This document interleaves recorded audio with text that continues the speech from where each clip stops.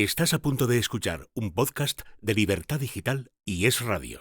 Muy buenas, soy Miguel del Pino, soy biólogo, he dedicado mi vida a la enseñanza, a la divulgación científica, he sido también coordinador del Zoo de Madrid en su momento.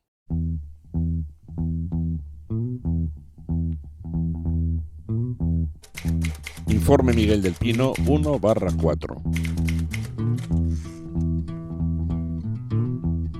El silvestrismo es sostenible, supone un peligro para los pájaros o por el contrario forma parte de una cultura ancestral y de una caza en muchos aspectos ejemplar.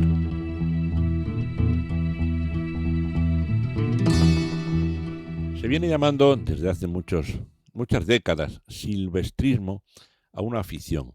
La afición de cazar, digámoslo bien claro, pequeños pájaros granívoros de la familia de los fringílidos, que es la misma familia que engloba al canario. Los pájaros más susceptibles de formar parte del silvestrismo son el jilguero, uno de los pájaros más bonitos del mundo, aunque nos parezca tan común por verlo frecuentemente en el campo español. El jilguero, el pardillo y el verderón. También otros como el lúgano o el verdecillo, y eran hasta hace poco pájaros cazados y domesticados y formaban parte del intento de cría en cautividad de los famosos mixtos, que es el cruce de estos pájaros con la canaria doméstica, o al revés, lo cual es bastante más difícil. El silvestrismo ha sido en los últimos años satanizado. Su caza prácticamente ha sido prohibida, erradicada en todas las comunidades una detrás de otra y solo excepcionalmente los silvestristas consiguen algún permiso ocasional para cazar algunos ejemplares. Es un tema que visto a primera vista puede parecer efectivamente no se pueden cazar pajaritos con red, pero les invito a que lo consideremos más despacio. Primero, es una forma de caza, pero una forma de caza incruenta. Hay que reconocer que los pájaros migratorios, en su paso por la ruta española, que es la más importante para pasar desde el norte de Europa hasta África, hay una palabra muy bonita hacia sus cuarteles transsaharianos, que se dice pronto lo que es cruzar el brazo de mar del Atlántico y después el Sáhara para dirigirse a un país tropical donde sigue habiendo alimento. Durante este paso por la península ibérica, muchos pájaros caían víctimas de una caza insostenible. Aquí sí que viene bien aplicar la palabra, porque agota las especies de caza con ballesta. Las famosas alúas, que decían voy a decir esta palabra siempre con respeto, nunca en forma despectiva, los pajareros, colocaban las hormigas aladas, para que cayeran los pájaros en la ballesta. Esto era un verdadero disparate. 4 millones de pajaritos pasaban a formar parte del botín de estos cazadores que no tenían nada que ver con los silvestristas. Los silvestristas cazaban, ya lo digo en pasado, o con red de hoja abatible o con liga. Cazaban también, hay que reconocerlo, yo quiero ser aquí muy sincero, aunque me imagino que se traduce mi simpatía por este arte, pero cazaban en exceso. Verdaderamente bandadas enteras de pajaritos caían en sus redes y reconozcamos también que algunos desaprensivos mataban a las hembras y se quedaban solamente con los machos. Todo esto necesitaba corrección y se hizo. Se hizo fundamentalmente con la colaboración y participación de la Guardia Civil, del SEPRONA, el Servicio de Protección de la Naturaleza de la Guardia Civil. Hay que reconocer que los silvestristas reaccionaron de manera espléndida. Aceptaron lo siguiente. En primer lugar, cazar muy pocos ejemplares, hasta el extremo de que un criador federado podía cazar 5 o 6 pajaritos al año.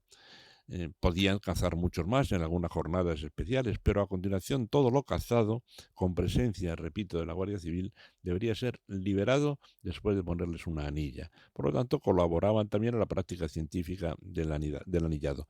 Y el pequeño número de ejemplares que capturaban, incluso el exceso ellos mismos los soltaban, no suponía un peligro para estas especies. Sin embargo, la cuestión ideológica, la cuestión anticaza también recayó como una losa sobre esta afición. Los silvestristas se desesperaban diciendo, pero si lo estamos haciendo todo como nos dicen, si anillamos, si tenemos muy poquitos pájaros, si somos los primeros que colaboramos. Sin embargo, fue inexorable la lucha contra esta afición. Y además se simplificaba mucho. Se decía, querían coger unos pajaritos para ponerlos en los concursos de canto. De acuerdo, sí, pero lo que también es cierto es que los silvestristas adquirieron poco a poco, a lo largo de diferentes décadas, tal caudal de conocimientos empíricos sobre cómo alimentar a estos animales.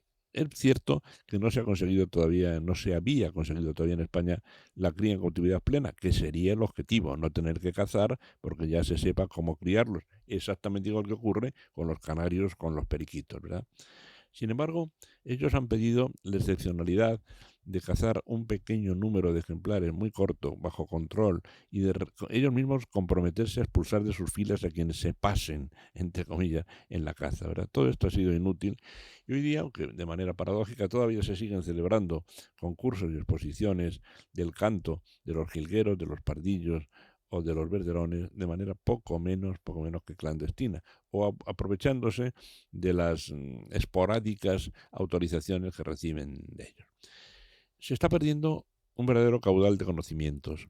Los ornitólogos deberían reconocer, los ornitólogos, digamos, profesionales, deberían reconocer que los pajareros, vuelvo a decir que de manera afectiva, lo digo, tienen muchos conocimientos, que se sabe hoy de pardillos, de verderones, de jilgueros o de verdecillos, más que de cualquier otro tipo de pájaro.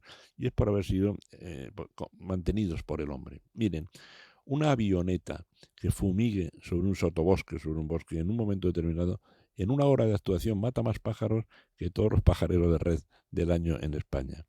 Lo cual quiere decir que es una actividad que habría que mirar con lupa. Con lupa porque estamos hablando de que la caza en otras variedades se admite y se regula.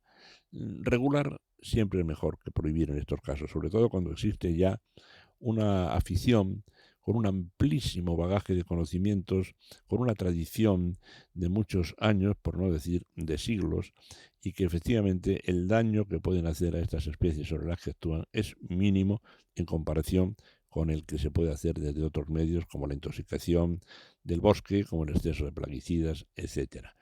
Hay que reconocer también que se cometieron excesos, pero digamos por otra parte que los propios que cazaban en exceso o que mataban a las hembras hoy son repudiados y rechazados por los verdaderos pajareros. No vendría mal revisar este tema con el mismo cuidado con el que se puede revisar la caza de la perdiz o de la tórtola o de cualquier otra especie cinegética. Pueden ser especies cinegéticas los fringílidos, o por lo menos algunos de ellos. Quede abierto el debate.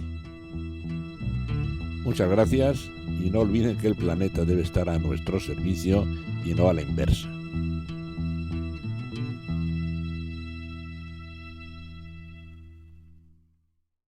Escucha este y otros programas cuando y donde quieras a través de los podcasts de Libertad Digital y Es Radio.